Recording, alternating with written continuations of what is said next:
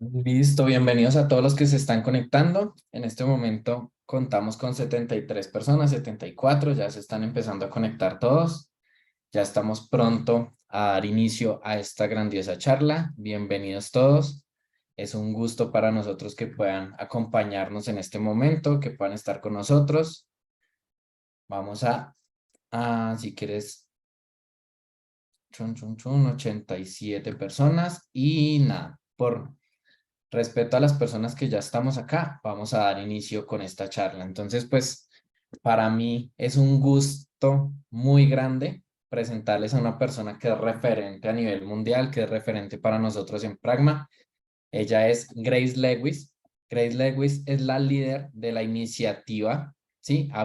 De la iniciativa de sistemas habilitados por inteligencia artificial del Software Engineering Institute, que es el Instituto Federal de Estados Unidos, enfocado en investigación y desarrollo. Adicional a ello, Grace Lewis es la investigadora principal de 3 proyectos de investigación que se están haciendo en la Universidad de Carnegie Mellon, enfocados en ingeniería de software para sistemas Machine Learning.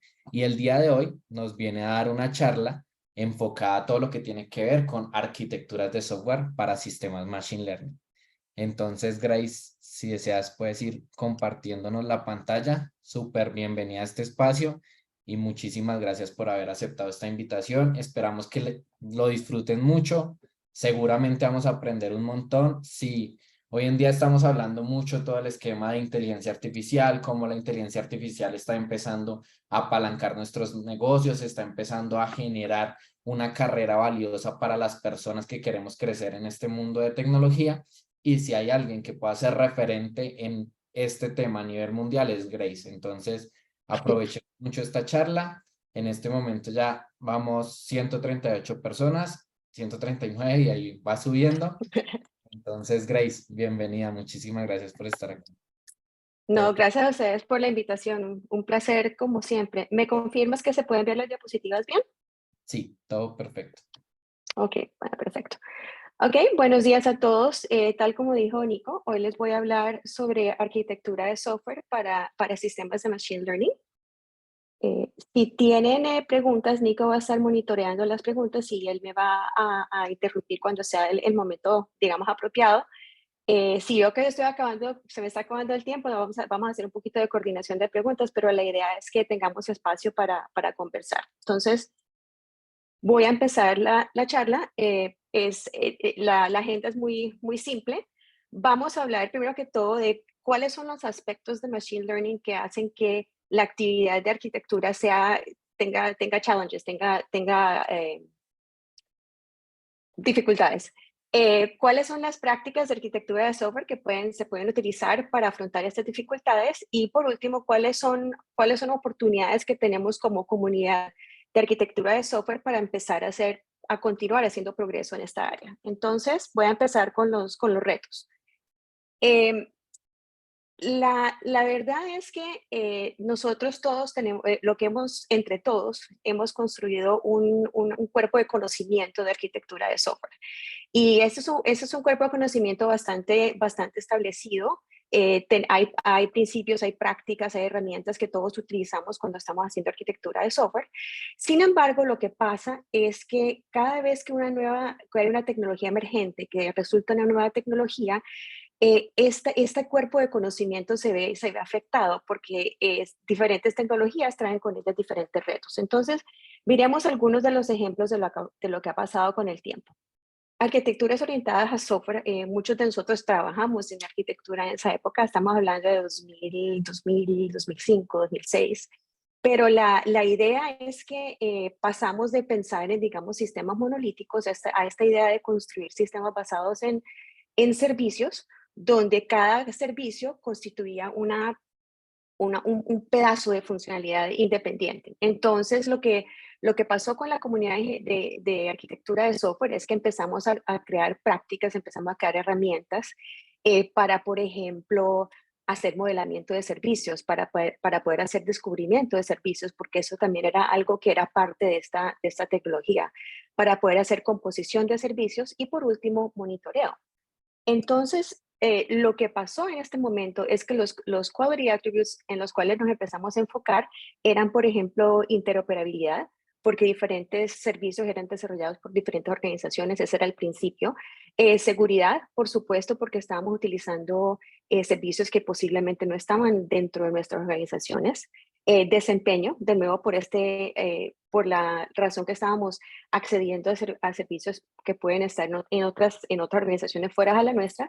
Y por supuesto, disponibilidad. Al no tener control sobre todos los pedazos de la arquitectura, obviamente tenemos que estar pendiente de eso. Entonces, eso empezó a crear retos porque eran cuestiones a las cuales no estábamos acostumbrados, porque estábamos acostumbrados a, digamos, a sistemas monolíticos, más que todo. Después de la arquitectura orientada a software, un concepto, una tecnología que empezó a emerger es cloud computing. Obviamente, cloud computing hoy día no es emergente para nada, todos lo utilizamos todos los días, pero esta visión de que ahora no solamente que diferentes, combinando arquitectura de software con esto, que no solamente estábamos armando digamos, sistemas de diferentes pedazos que puedan estar distribuidos a través de organizaciones, sino que ahora estábamos eh, podíamos tener acceso a recursos que ni siquiera estaban en nuestras organizaciones, sino que estaban completamente por fuera. O sea que no solamente software, sino por ejemplo también hardware. Y entonces algunos de los retos que vinieron, digamos, con este cuento de cloud computing, era ese concepto de multi-tenancy, que es lo que hablé anteriormente, que era diferentes personas, digamos, que tenemos que pensar en que los recursos a los cuales tenemos acceso a través de cloud computing son compartidos por muchas otras organizaciones. Tenemos que empezar a pensar en transacciones distribuidas a través de todos estos recursos, manejar las cargas del workload y por supuesto almacenamiento de datos, porque eso fue, digamos, más que todo almacenamiento de datos fue lo que llevó, digamos, a que cloud computing tuviera tanto auge. Y entonces empezamos a pensar en otros quality attributes, como por ejemplo escalabilidad, porque esa era precisamente la idea de cloud computing, que no teníamos que tener que comparar todos los recursos para poder alcanzar nuestros requerimientos, sino que podíamos, digamos, extender estos recursos on demand, cuando lo necesitáramos.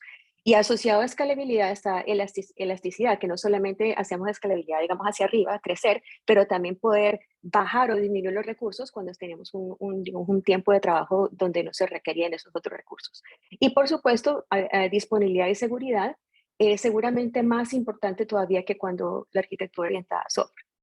Eh, perdón, a servicios. Y entonces, una innovación que surgió en esta época fue esta idea de los microservicios, ¿cierto? Que hoy en día, digamos, es casi que un patrón muy común para todos, que fue la combinación de estos avances tanto en SOA como en cloud computing. Eh, otra tecnología que también ha cambiado cómo pensamos acerca de la arquitectura es Internet of Things. Esta idea de que tenemos sensores distribuidos a través de el mundo podría ser. Entonces, eso está creando retos en cuanto a seguridad, en cuanto a privacidad, data deluge, que o sea, tenemos sensores que están capturando muchísimos datos. ¿Y qué hacemos con esos datos?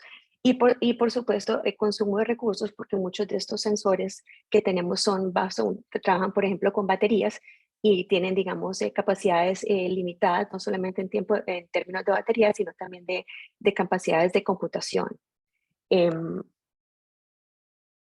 y entonces, ¿cuáles eran los quality attributes o atributos de calidad en los cuales nos estábamos enfocando?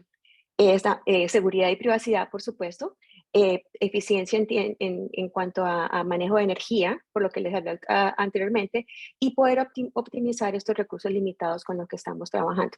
Entonces, a lo que voy con esto y este recorrido, digamos, por la historia, es que lo que está pasando con Machine Learning es uno más de estos. Es una tecnología que ha aparecido relativamente recientemente, aunque ha existido por muchísimos años, desde los 60, pero ahora es que está tomando auge y está cambiando las prácticas o está creando nuevas prácticas o qué tenemos que hacer en cuanto a arquitectura de software. Grace, No sé si, sí, te iba a decir que ese es un buen momento antes de que empiece a sí. hablar de Machine Learning. Dale. Edwin Tobías, Sarisa tiene la mano levantada, entonces si quieres. Sí. comentarnos la pregunta por el espacio o si quieres conversar, cuéntalo. Recuerden que nos pueden hacer todos los comentarios que deseen por el chat y también está el espacio de preguntas. Y de igual manera, si quieren entrar a conversar, pues también nos pueden contar. Ah, no, fue por error. Entonces, no tenemos Grace, vamos bien. Ok, perfecto, no hay ningún problema. Entonces, ¿cómo está cambiando Machine Learning o cuáles son los retos que está creando Machine Learning y cómo está afectando ese cuerpo de conocimiento que tenemos de arquitectura? La verdad es que un componente de Machine Learning, un componente de Machine Learning es un componente de software, así como cualquier otro componente de software, pero hay ciertas características acerca de ese componente de software que son los que crean los retos. Y tengo diapositivas para cada uno de esos, o sea que simplemente los voy a mencionar. Lo voy a mencionar.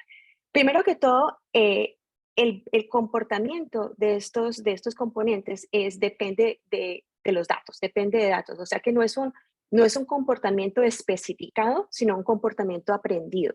Y ahora vamos a hablar de esa diferencia en unas cuantas diapositivas.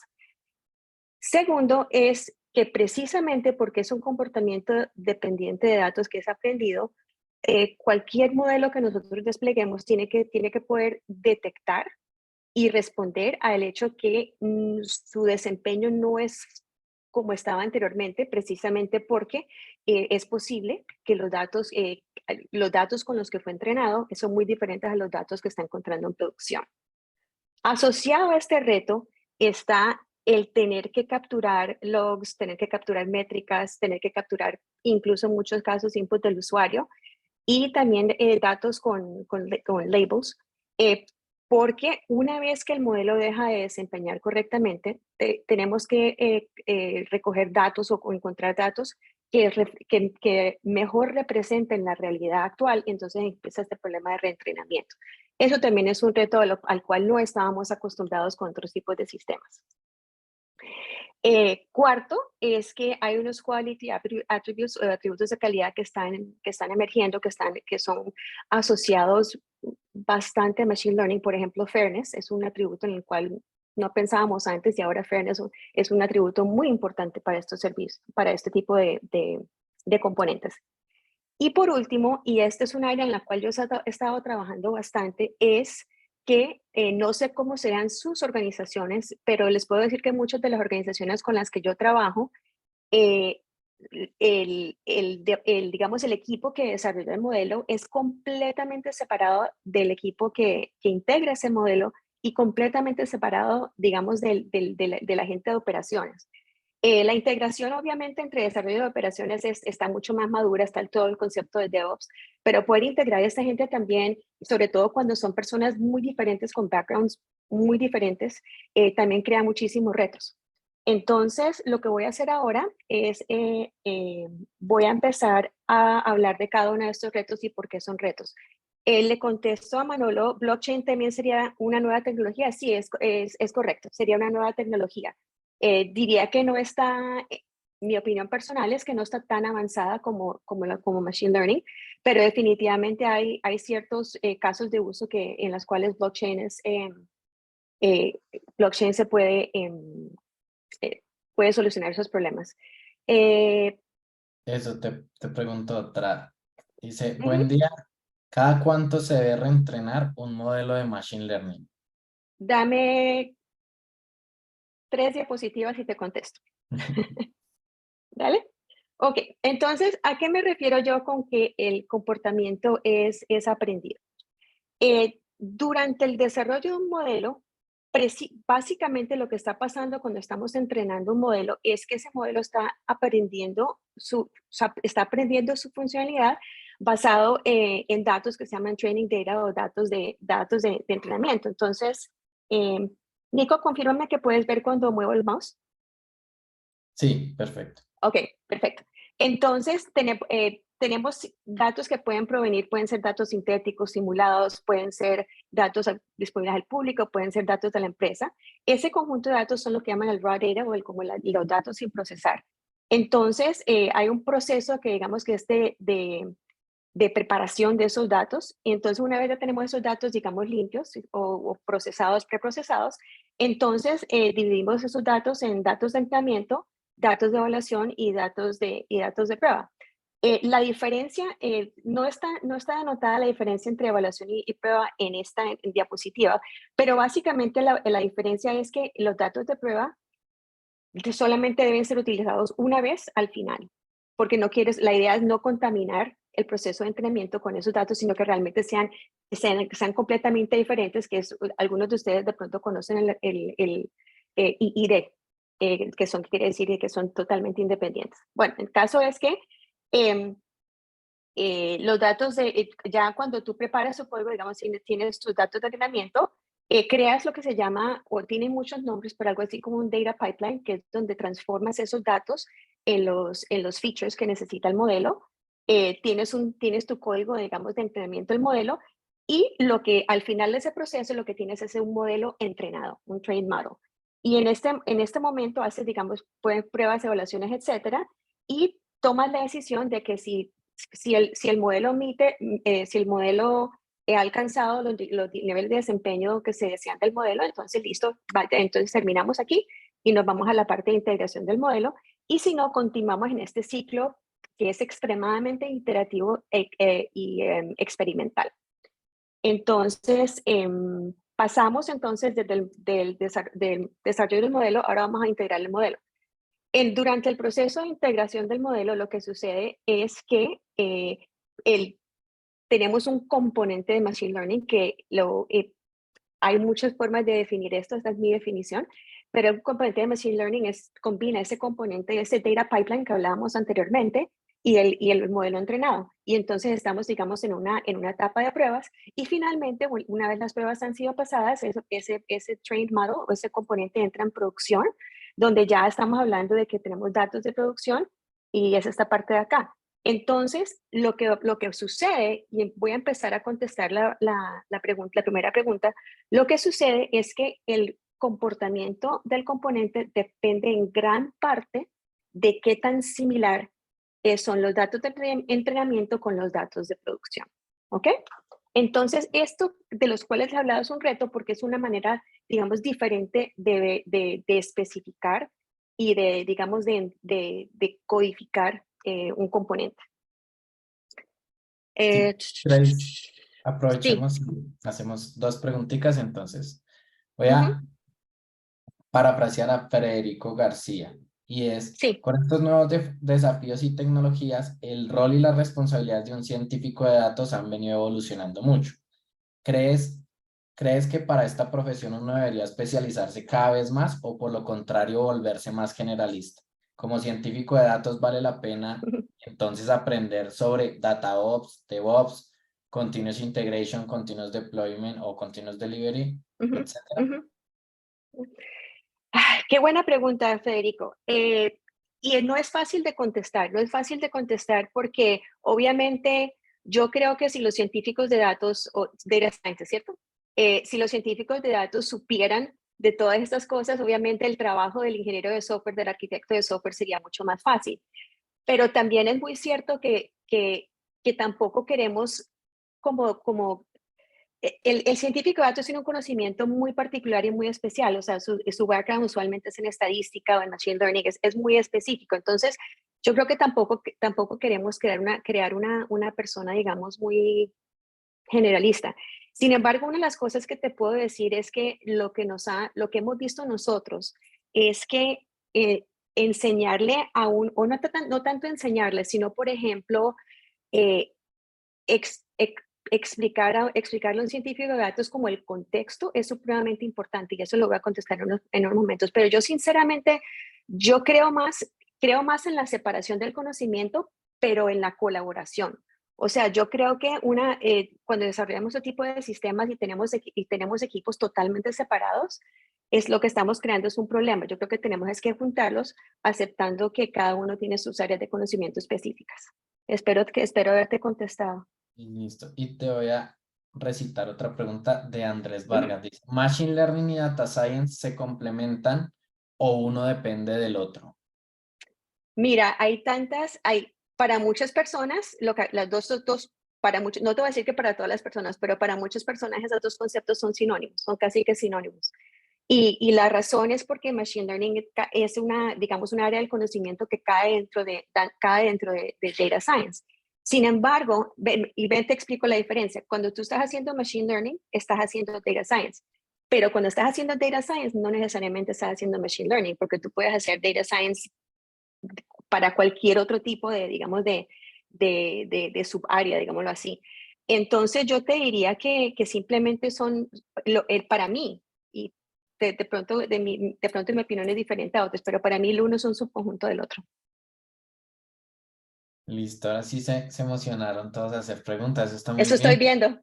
Hagamos la última y en la siguiente Sí. diapositiva hacemos más. Ujú. Entonces, desde tu punto de vista, pregunta Hernán Castellanos, ¿los proyectos de datos y en particular los de Machine Learning se deben ver y abordar con las mismas metodologías que los proyectos de software o debería tener sus propios marcos de trabajo separados de la ingeniería de software?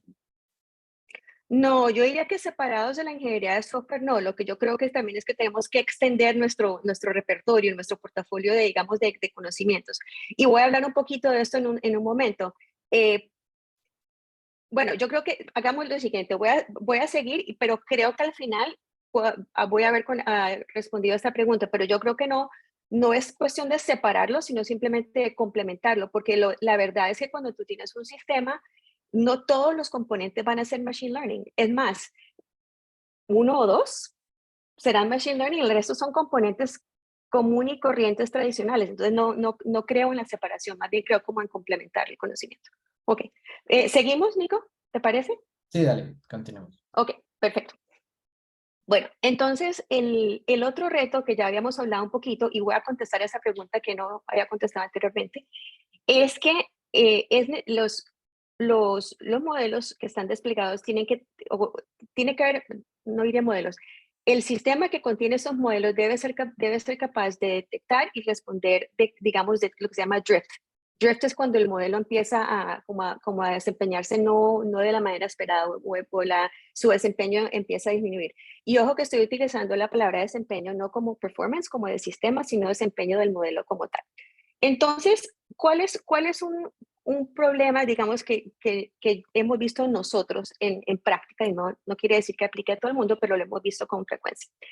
Algunos de ustedes posiblemente conocen este diagrama porque han leído el paper súper famoso de Microsoft, que es el que está aquí abajo. Y una cuestión interesante es, y esto digamos empezó cuando ellos publicaron este paper, era uno de los primeros estudios como de industria que se hacía, y ellos propusieron algo parecido a eso, no exactamente, y ahorita les explico la diferencia. El, el problema que yo le vi cuando yo vi lo que ellos publicaron es que este último paso que está aquí no era parte de lo que ellos se proponían. Ellos proponían simplemente que empiezas de requerimientos, haces un proceso de data engineering, haces un proceso de desarrollo del modelo, despliegas el modelo y monitoreas el modelo. Y entonces era como que, bueno, ok, lo monitoreas y ahora qué. Entonces, digamos, una contribución que hemos hecho nosotros desde nuestra investigación es hablar de la importancia de que tiene el mantenimiento y la evolución del modelo, ¿no? Porque no solamente es monitoreo, sino que yo tengo que tomar decisiones de qué debo hacer con el modelo. Entonces, por ejemplo, si lo que está, existen dos problemas, dos tipos, digamos, de drift. Existe lo que se llama data drift, que es simplemente que los datos como tal no están cambiando. No el problema como tal, pero los datos están cambiando. Por ejemplo, cuando, cuando hay una noticia nueva o, por ejemplo, cuando un modelo nuevo de carro aparece, eso se llama data drift, porque digamos, puede cambiar tanto los features que el modelo ya no los reconoce bien porque simplemente es nuevo. Cuando sucede esto, entonces lo que tenemos que volver es a data engineering, es decir, tenemos que buscar más datos, tenemos que reentrenar el modelo. Pero a veces lo que sucede es que lo que cambia es el problema. Es decir, que cambia el problema totalmente. Como por ejemplo, cuando nosotros estamos acostumbrados a que los datos nos llegan al sistema de una cierta manera, pero resulta que, digamos, los sensores han cambiado impresionantemente o cambia algún estándar o, digamos, cambia tanto el problema que estamos solucionando que lo que tenemos que es volver a la parte de requerimientos y decir, bueno, ya no es cuestión de datos, sino que tenemos que reevaluar el modelo como tal y ver si el modelo que estamos desarrollando puede lidiar, digamos, con estos nuevos datos, con estos nuevos cambios, o si tenemos que repensar todo. Entonces, para contestar la pregunta de cada cuánto reentrenas, depende de dos cosas. Depende del tipo del drift del que estamos hablando, y también depende de cuánto ha cambiado, de cuánto ha cambiado los datos y el problema, digámoslo así. Las compañías grandes, te digo de una vez, las compañías grandes como los Googles, como los Microsoft, ni siquiera bueno, hacen monitoreo, por supuesto, pero ni siquiera se ponen a pensar hay drift, no hay drift, no, sino que simplemente reentrenan a veces varias veces al día. ¿Por qué? Porque son organizaciones que tienen tantos datos que pueden darse ese lujo y tienen esos recursos de simplemente reentrenar un modelo constantemente. Para organizaciones más pequeñas que de pronto no tienen la cantidad de datos que se necesitan, no recogen, por ejemplo, diariamente la cantidad de datos que se necesitarían para reentrenar el modelo, realmente tenemos que pensar mucho más en estar monitoreando el desempeño y estar midiendo en qué momento el modelo no nos está dando el performance deseado. Y eso quiere decir que tienes que recoger métricas en tiempo de ejecución y todas esas cosas. Entonces, espero que te haya contestado, pero realmente depende muchísimo de si te puedes dar el lujo de simplemente hacerlo constantemente o si tienes una forma de poder colectar esas métricas y darte cuenta que el desempeño está cambiando. Ok. Entonces, volviendo esto acá, entonces en la parte de monitoreo, yo recojo todas esas métricas y en la parte de desarrollo de mantenimiento y evolución, lo que yo hago es que analizo esa información para ver qué tipo de reentrenamiento debo hacer y digamos cada cuánto lo debo hacer o si se justifica hacerlo, por ejemplo, en ese momento. Entonces, y una cosa que hemos visto nosotros es que realmente la gente despliega el modelo y ya, desplegó, no pasa nada, ya no tenemos que hacer nada más. Y esta parte de mantenimiento y evolución es una parte que es bastante, digamos, descuidada tanto en la parte de investigación como en la parte de práctica. Si te parece, Estoy Grace, de tiempo. respondemos otras tres Sí, preguntitas. sí. Listo. Voy a responder una de asistente anónimo, pero los invito a que la hagan pues con el nombre Ujú, para que sea ujú, una conversación mucho más amena, ¿vale? Y ujú, ahí ujú, vimos una estructura para un modelo supervisado. ¿No ujú, hay una ujú. arquitectura para un modelo no supervisado? Sí, mire, te diría que sería muy, bueno, lo que presenté realmente no fue una arquitectura, fue más bien como un proceso de desarrollo. Si tienes un modelo no supervisado, entonces no tienes la parte, digamos, no tienes la parte de entrenamiento, digámoslo así. Pero entonces sí tienes que, creo que todo lo que dije de todas maneras se aplica. Lo único que cambia es cómo llegas al modelo que vas a desplegar. Espero que esa sea una respuesta adecuada. Listo, te cuento la siguiente, hecha por Ujú, Freddy Patiño. Recito, ujú, pregunta, Grace. ¿Piensas que el mundo de gobierno y operaciones de TI deberían moverse hacia IA Ops, más ujú, generativos, menos burocráticos? Se me ocurre un ITIL, es reevaluable y no solo adaptable, por ejemplo. ujú.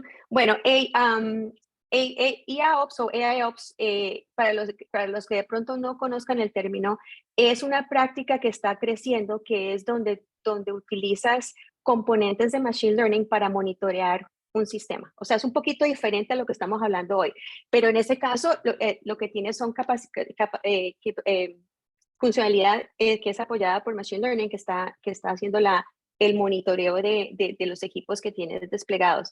Eh, yo creo que es una práctica que va a seguir avanzando. Eh, Desafortunadamente, como en muchos, como casi que en muchos de los problemas con los que ustedes tienen, el problema es adquirir los datos apropiados, porque muchos de estos modelos sí son modelos más que todo supervisados, donde necesitamos poderlos entrenar para que el modelo pueda determinar, basado en datos, digamos, de producción, que algo está fallando en el sistema. Pero yo sí creo que para allá vamos, sino que tenemos que buscar mejores maneras de recoger o de colectar datos en producción que nos ayuden a mejorar la precisión, digamos, de estos modelos que están apoyando los sistemas en producción. ¿Ok? Listo. Perfecto. Voy a seguir, ¿te parece? Sí, me parece bien. Ok, perfecto. Eso también tiene que ver con la primera pregunta que me hicieron, y es que obviamente si necesitamos reentrenar un modelo, necesitamos datos, necesitamos nuevos datos. Entonces, ¿de dónde vienen estos datos? ¿Cómo nos damos cuenta que tenemos que reentrenar? ¿Y cuáles son las preguntas que debemos hacernos que van a afectar la arquitectura del sistema? Entonces, con respecto a recoger datos, los datos, digamos, de producción, una cosa que debemos preguntarnos es si los datos ya tienen labels, si los datos ya tienen etiquetas. Si los datos ya tienen etiquetas que te dicen, pues, qué es cada dato, eh, excelente. Pero entonces, si no lo son, entonces tenemos que pensar en cómo vamos a hacer este proceso. ¿Va a ser un proceso manual? ¿Va a ser un proceso semiautomatizado? ¿Va a ser un proceso completamente automatizado? Todo va a depender de los datos como tal. Colocarle, digamos, labels, etiquetas a los datos va a requerir input de usuario, porque si es así, entonces tenemos que pensar en las interfaces necesarias para poder hacer digamos, etiquetado de datos. Y la otra es, ¿qué tanta es digamos, la demora entre el momento en que el modelo hace la inferencia y el labeling? Les doy un ejemplo de esto. Por ejemplo, hay cosas que son inmediatas. Por ejemplo, cuando estamos tratando el típico ejemplo que es cuando uno compra algo en un almacén como Amazon, inmediatamente abajo te sale, si usted compró esto, lo más seguro es que quiere comprar esto otro. En ese tipo de sistemas, la retroalimentación, el labeling es inmediato, es decir, porque apenas tú hagas clic, perfecto, hubo un caso exitoso en que esta persona compró esto y esta persona va a comprar otras cosas. Pero en otros casos de uso, ese tiempo va a ser mucho más grande. Por ejemplo, eh, cuando yo compro algo, ¿será que esta persona, y le recomiendo esto, será que, digamos, en el tiempo esa persona compra lo que yo le recomendé? De nuevo, a veces uno puede ser impulsivo y comprar inmediatamente, pero en otros casos puede ser que uno piense que uno tiene que está esperando la quincena, que no se cambien las cosas y es posible que esa compra se haga, digamos, 3 meses después. Entonces, aunque no lo crean, entender esos casos de uso y esas situaciones cambia muchísimo la arquitectura del sistema, porque tenemos que pensar en cómo vamos a hacer para etiquetar esos datos. En cuanto a logs, obviamente hay que analizar los logs. En nuestros logs nos están brindando información que nos diga que el modelo está fallando. Los logs, por ejemplo, están indicando que los errores son en los datos como tal, o sea, que los datos no están llegando de manera como creemos que van a llegar. Entonces, analizar estos logs es importante también y tener las capacidades en el sistema como tal de ver que esto está sucediendo va a ser importante.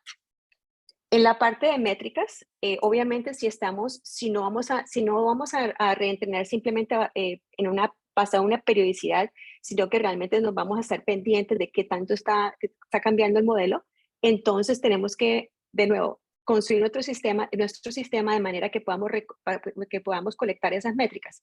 Y otra decisión que tenemos que tomar, y es de nuevo, son decisiones de sistema, es en qué punto digo yo, no, el modelo no puede seguir trabajando, tenemos que pararlo, tenemos que hacer algo. Y por último, lo que puede también suceder, sobre todo cuando vemos ¿se acuerdan del problem drift, digámoslo así, cuando cambia el problema, es que ¿será que es posible obtener del sistema métricas o incluso de los datos de producción? Una manera de ver que simplemente el problema es que los datos como tal están cambiando, lo que esperamos ver del mundo está cambiando totalmente. Y entonces lo que necesitamos son fuentes de datos supremamente nuevas. Entonces, esto es una expansión del otro reto del que hablaba anteriormente. El cuarto son estos quality attributes que están emergiendo los cuales no, simplemente como que no pensábamos mucho en ellos.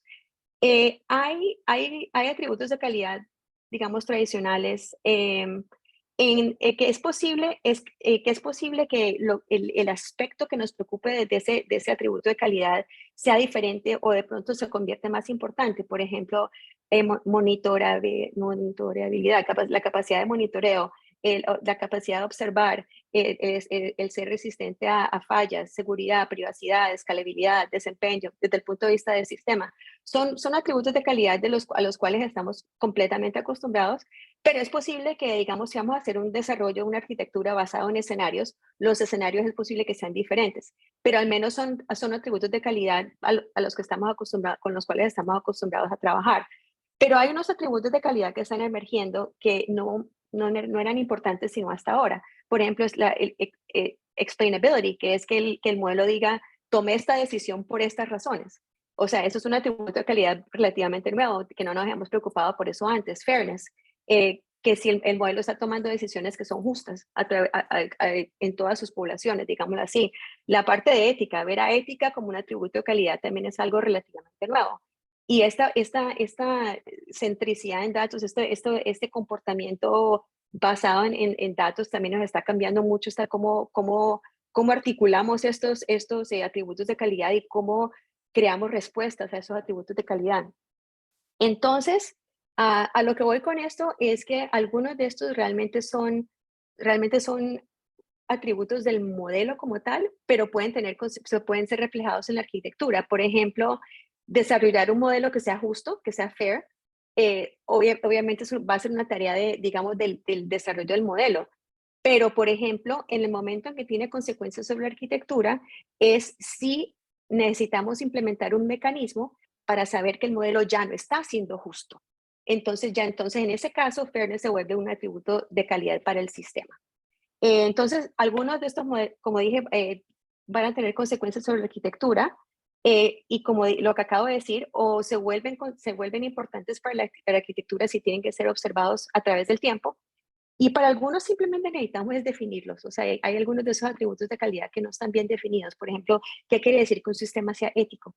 Es algo en lo cual tenemos que trabajar mucho más. Y por último, déjame terminar los retos, Nico, y paro para preguntas. Es lo que les hablaba anteriormente, que para muchas organizaciones, sobre todo con las cuales yo trabajo, estos equipos son totalmente separados. Está el equipo de desarrollo de modelo, que es como el Data Science Team. Está el equipo que integra ese modelo, que usualmente son ingenieros de software, y está el equipo el cual controla el sistema, que tiene el modelo en producción. Y lo que pasa es que cuando estas dos comunidades están, en muchas organizaciones están bien integradas, pero esta comunidad está completamente, digamos, desintegrada. Entonces lo que pasa es que tenemos 3 equipos de trabajo, que tienen conocimientos diferentes, que tienen incluso lenguajes diferentes. Y el problema, creo yo, hay una pregunta de que si los científicos de datos tenían que volverse como más ingenieros de software. Yo creo que el problema es que muchas veces operan independientemente sin ningún contexto del sistema. Y vamos a hablar de cómo yo creo que la arquitectura de software es un mecanismo ideal para brindar este contexto. De hecho, y si les interesa, esta observación nos ha llevado a trabajar en un estudio que se llama ML Mismatch, donde precisamente estamos estudiando los problemas que ocurren cuando estas 3 comunidades operan independientemente. Al final de las diapositivas, las cuales cuando termine la presentación se las voy a enviar a Nico, si van a la parte final pueden ver los enlaces a a todos los papers que hemos publicado en esta área si les interesa, por supuesto. Ok, antes de entrar a las prácticas, Nico, ¿podemos parar para 1 o 2 preguntas? Listo, perfecto. Esta es muy interesante por todo lo que viene hablándose de ChatGPT. ¿Crees que esa brecha de conocimiento donde el contexto es tan importante puede verse disminuida con las nuevas herramientas de apoyo como ChatGPT o que plataformas como AWS, supongo que servicios de AWS empiezan a incluir features similares como apoyo en sus servicios? Ay, qué buena pregunta. El contexto. Mira, ChatGPT es una herramienta extremadamente valiosa. No quiero quitarle los méritos a ChatGPT, pero lo que tenemos que tener en cuenta es que no es magia. O sea, es una herramienta que ayuda muchísimo, es una herramienta que trabaja sobre modelos de Large Language Models, modelos de lenguaje grandes, donde, donde se resume, digamos, muchísimo conocimiento. Hay situaciones donde un modelo general es suficiente para, digamos, para contestar preguntas. Por ejemplo, si yo vivo en Pittsburgh y si yo le pregunto le pregunto a ChatGPT, no sé, ¿qué debo hacer hoy? Está haciendo un día lindo afuera. De hecho, está haciendo un día lindo afuera.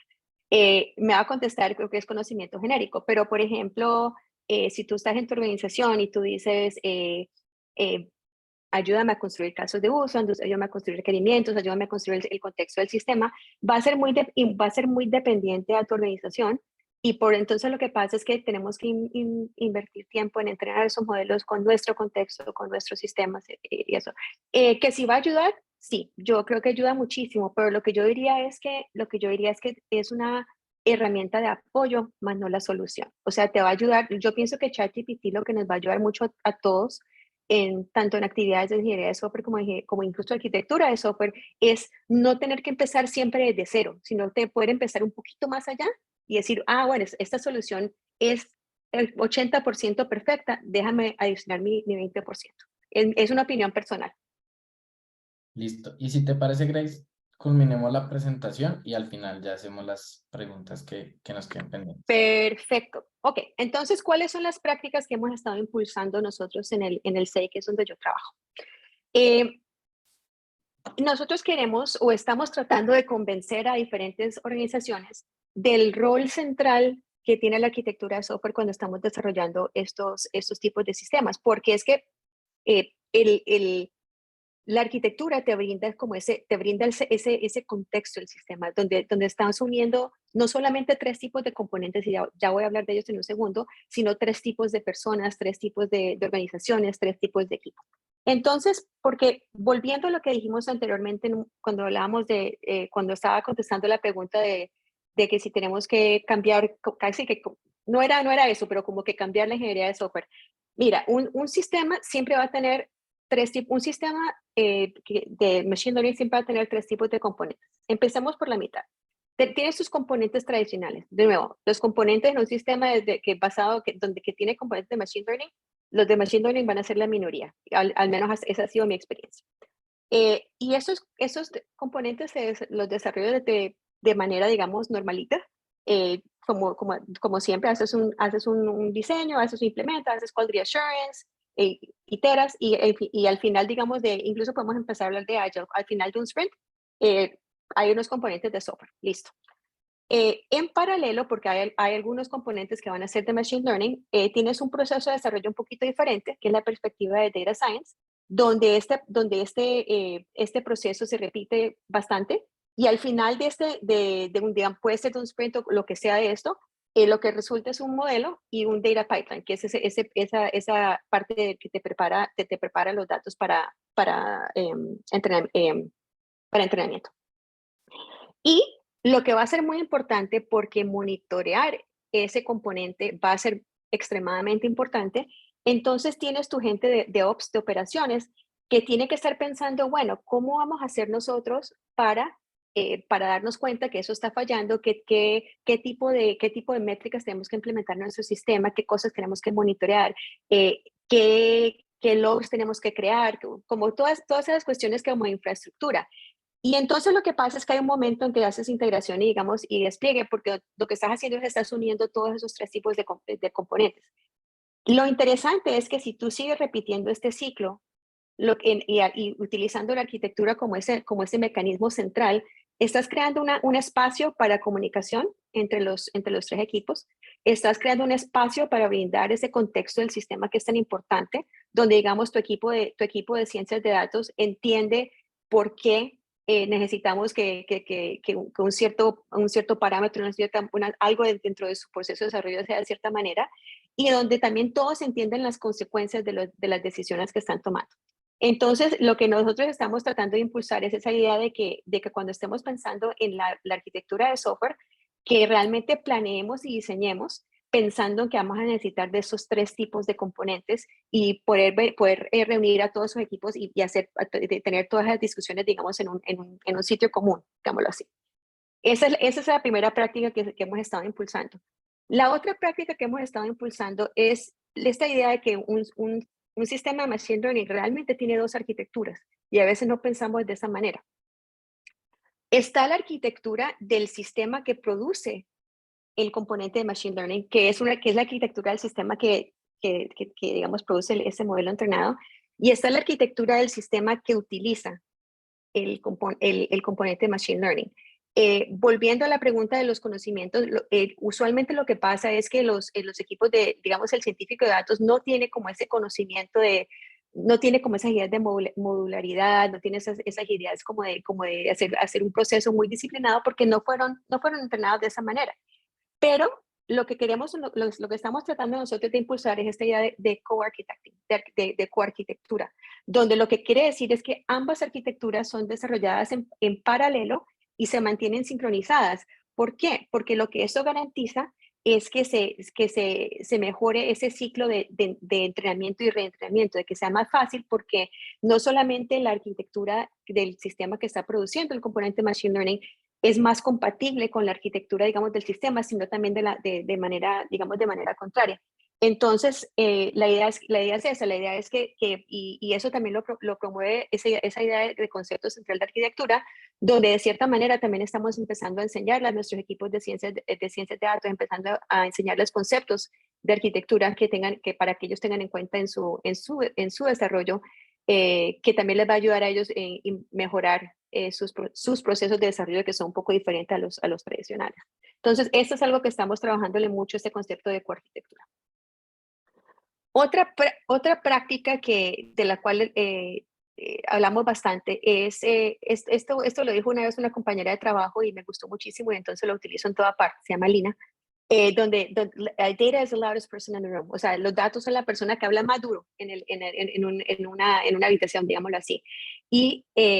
Y la verdad es que en estos tipos sobre todo volviendo la diferencia entre supervisado y no supervisado, los datos son la parte central de estos tipos de componentes, de tipo de sistemas.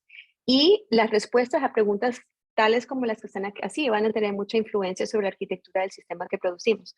De dónde vienen los datos, de dónde vienen los datos cuando estamos en producción, qué tan limpios están esos datos, qué tan factible es que vayan a cambiar las fuentes que nos suministran esos datos cuando estamos hablando en producción, a qué velocidad vienen los datos, porque a veces, y ese es un ejemplo claro de la parte de contexto. Si dejamos, por ejemplo, que un equipo de ciencias de datos desarrolle un modelo sin contexto, es posible que produzcan un modelo que no sea capaz de soportar o de poder controlar todos estos datos que están viniendo, digamos, a mucha velocidad. ¿Qué tan frecuente ocurre drift? ¿Qué tan frecuente cambian los datos? ¿Cada cuánto se espera que el modelo tenga que ser reentrenado? ¿De dónde vienen esos datos para reentrenamiento? Entonces, esas respuestas a esas preguntas muy centradas en datos van a tener muchísima influencia sobre el sistema que desarrollemos. Esa es la otra práctica y creo que esta es nos faltan dos prácticas. A veces, creo que no la han hecho aquí, no la he visto, pero a muchas veces la gente me pregunta, bueno, ¿cuál es la diferencia más grande entre un sistema tradicional y un sistema de Machine Learning? Y yo diría que es esto, es la parte de monitoreo. En esos sistemas de Machine Learning, la parte de monitoreo se vuelve muchísimo más importante porque tenemos que saber cuándo el modelo no está funcionando como debe ser. Y las métricas que utilizamos para esto son muy diferentes a las métricas tradicionales. Digamos, volviendo a la pregunta de AIOps, las métricas de producción tradicionales, consumo de recursos, throughput, realmente no son tan importantes cuando estamos hablando de un componente Machine Learning. Tenemos que, por ejemplo, aprender cómo medir precisión, cómo medir cualquier otra métrica que se utilice para saber que el modelo está desempeñándose de manera correcta. Entonces, por ejemplo, contestar preguntas como cómo nos vamos a dar cuenta que el modelo no está desempeñando, cuál es el threshold, o sea, en qué momento decimos, ok, 90% está bien, pero 89%, esto ya no funciona. ¿Cuál es la acción que vamos a tomar? Por ejemplo, cuando se detecta el drift, ¿qué va a suceder? De nuevo, son decisiones de arquitectura. ¿La reemplazamos por un modelo que está como en entrenamiento un poquito atrás, digámoslo así? ¿O simplemente paramos el sistema, paramos el modelo, la ejecución del modelo y nos vamos a algo más tradicional? Pero poder contestar esa pregunta es importante desde el punto de vista de arquitectura. ¿Cuándo decimos, bueno, hay que reentrenar? ¿Va a ser periódico? ¿Va a ser dependiendo de cuál es el número que obtenemos cuando estamos monitoreando, o incluso la respuesta puede ser reentrenamos cuando tengamos suficientes datos, pero entonces, ¿qué quiere decir suficiente? Entonces, este énfasis en entender lo que quiere decir monitorability o la capacidad de monitoreo es muy importante para estos sistemas. Y por último, esta es la última práctica, y eso es algo que en lo que nosotros estamos trabajando bastante, y me encantaría que todos en la industria empezaran a trabajar bastante, porque así podemos aprender nosotros de ustedes. Es la parte de patrones y de tácticas. Realmente estamos en un campo bastante, digamos, nuevo, y no tenemos suficientes como patrones y tácticas en este campo. Por ejemplo, patrones existen para seguridad, para privacidad, existen patrones para desempeño, para muchos patrones, existen patrones para cloud computing, existen patrones para microservicios, pero patrones en este campo no existen muchos. O por ejemplo, tácticas para monitoreo, para explainability, para fairness, no existen todavía, y realmente tenemos que trabajarla a eso, porque de esa manera podemos empezar a construir estos sistemas de manera más, digamos, más estandarizada, basado en conocimiento, digamos, colectivo. Ok, entonces, ¿qué oportunidades creo que tenemos en este campo? Tenemos una oportunidad grande, es poder así como crecimos y expandimos este cuerpo de conocimiento de arquitectura de software, cuando apareció SOA, cuando apareció Cloud Computing, tenemos que hacer lo mismo. Tenemos que empezar a hacer lo mismo para estos sistemas de Machine Learning. Entonces, tenemos que empezar a crear patrones, tenemos que empezar a crear prácticas y herramientas para poder hacer eso de la coarquitectura. Métodos para evaluar la arquitectura también tienen que cambiar un poco, porque tenemos esos nuevos quality attributes. Patrones para arquitectura de datos, supremamente importante, por lo que los datos son tan importantes, y sobre todo empezar a pensar en MLOps, en poder empezar a automatizar este proceso de desarrollo de modelos, y unir esas dos comunidades de las que hablábamos anteriormente. Son buenas oportunidades. Otra oportunidad grande es poder esa misma disciplina que tenemos en ingeniería de software, qué bueno que pudiéramos aplicar mucha de esa misma disciplina a la parte de ciencias de datos. Entonces, por ejemplo, qué bueno que pudiéramos tener herramientas donde podamos modelar nuestros sistemas, donde, por ejemplo, tengan componentes como que sea muy claro, eso es un componente de Machine Learning, eso es un componente del Data Pipeline, o por ejemplo, donde podamos decir, vamos a representar explainability de esta manera, poder tener vistas para ver la arquitectura o sea, mejor dicho, tenemos que cambiar un poquito nuestras herramientas y expandirlas para incluir ese tipo de componentes y de concerns. Y otra cosa que sería interesante es que, no sé en sus organizaciones, pero en muchas organizaciones con las que yo trabajo, la herramienta para desarrollo de modelos sigue siendo Jupyter Notebooks. Entonces, si esa es la realidad, lo cual no es una realidad ideal, pero si esa es la realidad, entonces realmente tenemos que adaptarnos nosotros a las herramientas de ellos. Qué bueno que pudiéramos darles a ellos herramientas para que ellos pudieran hacer pruebas, para que pudieran hacer evaluación, para que pudieran, por ejemplo, apoyarlos en la parte de modularidad, de reuso. Entonces, esa es otra oportunidad que tenemos también cuando empezamos a unir esos grupos. Y lo último es esta idea de posicionar la arquitectura como esa actividad que une a los tres equipos. Nosotros hemos tenido muy buenos resultados. La recepción que ha tenido el concepto de arquitectura de software entre los científicos de datos ha sido muy buena. Ha sido muy grande, porque como que entiende, es por esa parte de contexto, como que entiende, ya entiendo por qué se hace esto, ya entiendo por qué están pidiendo esto, ya entiendo. Entonces, eso ha sido para nosotros, ha sido muy bueno. Entonces, ya para resumir, porque solamente me quedan 5 minutos, perdón, hablamos de los retos, que eran estos 5, simplemente los voy a desplegar, porque ya hablamos de ellos. También hablamos sobre unas prácticas que estamos tratando de promover, que son estas de aquí.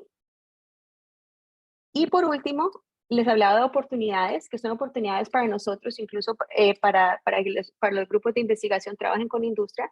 Es esta idea de crecer el cuerpo de conocimiento, de introducir disciplina de arquitectura de software y de ingeniería de software en las prácticas de ciencias de datos. Y por último, utilizar la arquitectura de software como ese punto de unión entre las tres disciplinas que usualmente están involucradas en ese tipo de sistemas. Y como les dije anteriormente, esa es mi información. Si algún día tienen alguna pregunta, estas son algunas de las herramientas que hemos creado y los papers que hemos publicado en esta área. Y con eso voy a terminar y si nos queda tiempo, Nico, tú me dirás, queda un poquito de tiempo. Listo. Bueno, muchísimas gracias. Sí, vamos a tener algunas preguntas que podamos responder. Muchas gracias a todos. Hemos tenido un promedio un poco superior a 300 personas en esta iniciativa, en esta charla, lo cual me parece fabuloso. Les acabo de compartir un link. Este link también es por si quieren ver alguna vacante, si quieren ver cómo las personas crecen en Pragma, en conocimiento y demás puntos, pues puedan acceder. Nos pueden buscar en Instagram como @somospragma, en LinkedIn como Pragma S.A, ¿sí? Y con esto se pueden enterar de cuáles son las novedades, los próximos espacios de conocimiento. Seguramente no vamos a lograr responder todas las preguntas. Por esto nos surge una iniciativa que estamos buscando y es que queremos crear una comunidad con los arquitectos top de Latinoamérica para que precisamente podamos empezar a compartir todos estos temas y entre todos realmente ayudemos a las empresas a transformarse digitalmente y empecemos a generar una carrera valiosa para las personas que están en Latinoamérica. Entonces, esto es súper, súper relevante. Asimismo, les estaremos confirmando, vamos a crear el primer Architecture Day. Va a ser hecho en Bogotá, en la Universidad de los Andes. Les vamos a estar confirmando la fecha, está entre noviembre y diciembre. Ya es un hecho que lo vamos a hacer y allí vamos a traer a personas como Grace, muy potentes, para que nos sigan inspirando y nos ayuden a seguir innovando en cada una de nuestras organizaciones, ¿vale?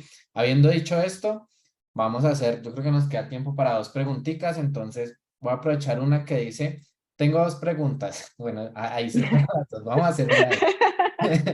Desde Mónica Rodríguez nos dice, desde tu experiencia, ¿cuáles herramientas tecnológicas recomiendas para trabajar con modelos de Machine Learning en cloud para empresas con Big Data? Hay tantas. Ay, para mí es difícil contestar esta pregunta sin contexto. Existe existe una cantidad de herramientas, no tengo no te prometo que, Mónica, te prometo que te envío la respuesta con Nico, pero hay una empresa que ha creado como una tabla donde empiezan a listar todos los diferentes tipos de herramientas que hay para las diferentes etapas de desarrollo y la verdad es que son muchísimas. Esa misma empresa que creo que es sin ánimo de lucro, pero tengo que confirmarlo, tiene bastante información sobre eso. Es una pregunta que realmente depende depende de tu contexto, porque por ejemplo, si tus datos son imágenes porque estás tratando de hacer computer vision, las herramientas son muy diferentes a si estás tratando de hacer NLP para procesar texto. Entonces, es muy difícil contestarte esa pregunta sin contexto. La segunda, ¿consideras positivo trabajar con modelos de Machine Learning preentrenados? Depende. Es otra que depende muchísimo, porque de nuevo, eh, si es un problema genérico, si es un problema genérico, por supuesto. Por ejemplo, si lo que estás tratando es de reconocer letra escrita o si estás tratando cuando son problemas genéricos, absolutamente. Pero cuando son modelos que son muy como de tu empresa, como de lo que te distingue, como eso sí es más complicado porque tú no puedes asegurar que los datos con los que fueron entrenados van a ser iguales a los datos tuyos. Entonces, es por eso digo que es una pregunta que también la respuesta es depende. Listo. Y la última pregunta, aprovechando que hablabas mucho de los temas de validación, dice, Ujú. ¿qué sucederá con los procesos de calidad en proyectos de Machine Learning? ¿Se requiere de un equipo especializado? ¿Se puede homologar en cierto punto las métricas y procesos de calidad que hoy en día se aplican en un proyecto de desarrollo de software? Mira, es una muy buena pregunta y te contesto de una experiencia reciente. Estuvimos trabajando con un banco y en los bancos, sobre todo en la parte financiera, por cuestiones de ley acá, el equipo de quality, de QA tiene que ser completamente separado del equipo de desarrollo para poder asegurar que haya como esa independencia, digamos así. El reto más grande que tienen ellos es que el equipo de QA no tiene ni idea cómo se prueba un modelo, ni la más remota idea. Y entonces lo que pasa es que, porque pues, digamos, Y la razón por la cual es porque cuando tú en un, digamos, en un componente tradicional, ¿cierto? Tú tienes una especificación. Lo que le entra va a ser un número entero, lo que sale va a ser otro número entero y este va a ser entre 5 y 7 y acá no sé qué. Entonces tú construyes tu prueba, tus test cases, tus casos de prueba basado en esa especificación. Eso no existe realmente para modelos porque es posible que tú hagas validación, digamos, del input, pero es más difícil que puedas hacer validación del output porque obviamente no es determinístico, o sea, es un modelo, en muchos casos es un modelo probabilístico. Entonces, a lo que voy con esto es que lo que tenemos que hacer es primero que todo es educar a los equipos de calidad en por qué y cómo estos componentes son diferentes. Y lo otro es que tenemos que crear herramientas para que ellos puedan hacer esto. Por ejemplo, tenemos que empezar a crear especificaciones que son un poquito diferentes, donde, por ejemplo, digamos, la entrada va a ser, digamos, va a ser un entero, va a ser una imagen, va a ser tal cosa, y la salida, 80% de las veces va a ser esta y 20% va a ser esta. Entonces, por ejemplo, para que ellos puedan hacer pruebas de esa manera, digamos, donde puedan eh, probar con un cierto número de datos y, por ejemplo, confirmar que el 80% fue esto y el 20% fue esto. Entonces, es como educar a los equipos de calidad en esas diferencias y brindarles las herramientas para que puedan hacerlo. O, por ejemplo, incluso los datos. Por ejemplo, cuando nosotros pasamos un componente de estos al equipo de calidad, decirle, mira, ese es el componente de calidad y estos son los datos, aquí te doy un ejemplo de estos son los datos de prueba y esto es un ejemplo de lo que puedes esperar que, digamos, que salga al otro lado. Entonces, eso es educación y es herramienta. Grace, muchísimas gracias. Por temas de tiempo vamos a parar acá. Sí, sí, claro. Intentaremos entregarles las respuestas a las preguntas que nos han dado. Las memorias de la grabación se les va a compartir. También se les va a compartir el certificado de asistencia. Grace, en serio es un privilegio y un honor tenerte aquí con No, nosotros. Muchísimas gracias por esa información tan el valiosa que gusto nos es has mío. compartido. Y Ujú. seguramente seguiremos trabajando en conjunto para que llevemos a las empresas a transformarse digitalmente y a tener un crecimiento Ujú. digital mucho mayor y mucho en estos temas de arquitectura de software para Machine Learning. Muchas gracias Ok, a todos y perfecto. muchísimas gracias, Grace. Dios te Ujú. bendiga. Gracias.